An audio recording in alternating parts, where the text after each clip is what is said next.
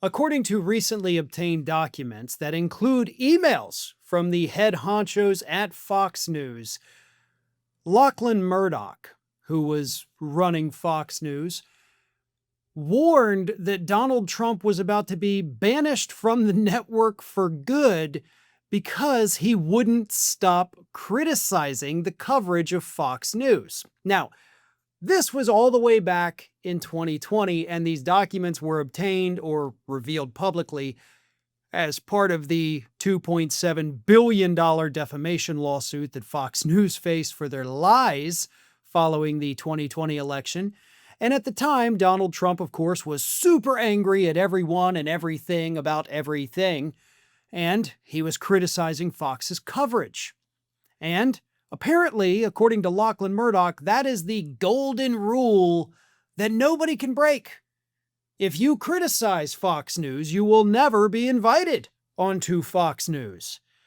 So, yes, that explains why I've never been invited, but nevertheless, Lachlan Murdoch actually wrote an email to Sean Hannity, who of course is good friends with Donald Trump, and told him, quote, "Sean, sorry, but the president is not coming back on air if he uses it to attack us.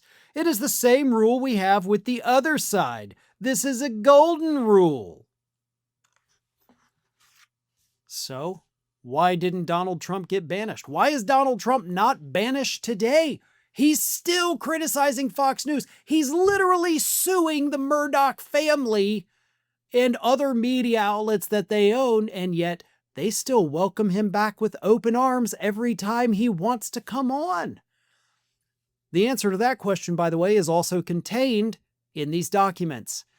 Because it turned out that the reason Donald Trump was not completely banned forever from the network, even as he was getting them sued for the election lies, is because Rupert Murdoch, Lachlan's father, and of course the head honcho at Fox, reached out to Trump and told him that they were, quote, getting killed in terms of audience numbers. So please come back. We know you're spreading lies and propaganda and you're attacking us, making us look like fools, but let's face it, nobody draws the ratings like you do, so we're willing to put up with the abuse and the lies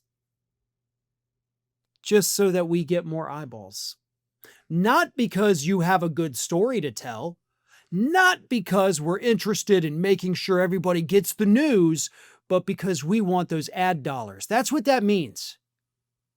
Now, everybody watching this, I assume, you know Fox News has nothing to do with news. You're not going to get anything real coming out of that network anymore, and you only occasionally did in the past. But this, to me, really is an eye-opener because it kind of encapsulates the entire problem with news today. News is not about getting the story out there. That used to be what the news was all about. Ratings, that's not a thing we really care about. We're the news. We're supposed to tell people what they need to know, whether they want to know it or not, whether it's pleasant or not. You know, Ed Murrow, Walter Cronkite, that's what that was. That was just, here's what's happening in the world. You got to know it.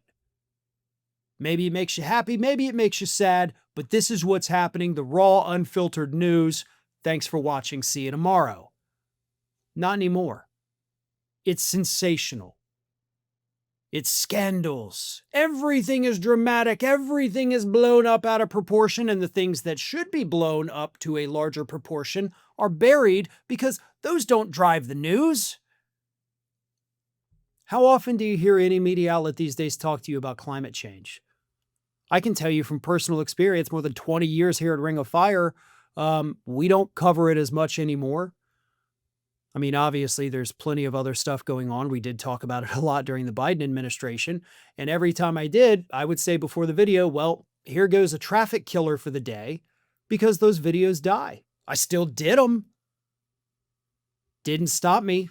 Didn't prevent me from even thinking about doing them. But I knew damn well I do a climate change video, the audience disappears for the rest of the day. Like, not just for that video, it would kill traffic for the whole day. But I still did it every single time I needed to talk about it.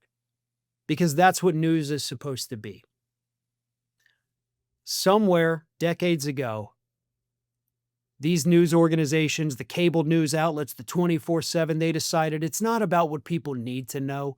It's not about what's important. It's about whatever can pull in these eyeballs.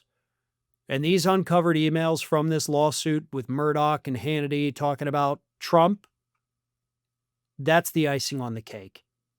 Or I think a better analogy would be the final nail in the media's coffin.